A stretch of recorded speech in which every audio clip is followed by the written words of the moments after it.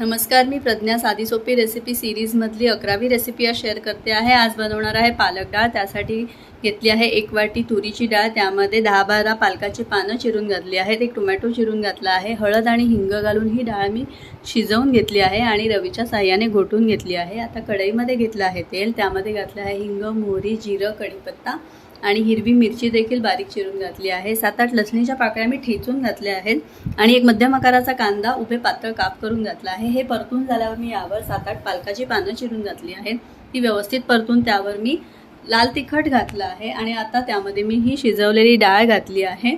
त्यानंतर consistency adjust करण्यासाठी थोडंसं पाणी घातलं आहे आणि चवीनुसार मीठ घालून ही व्यवस्थित मी आता शिजवून घेणार आहे। एक 5 ते 7 मिनिटांमध्ये डाळीला उकळी येते आणि डाळ खाण्यासाठी तयार आहे। रेसिपी अतिशय पौष्टिक आणि चविष्ट आहे, नक्की ट्राय करून बघा आणि आवडली तर चॅनलला लाईक करा, शेअर करा, सबस्क्राईब करा। अशाच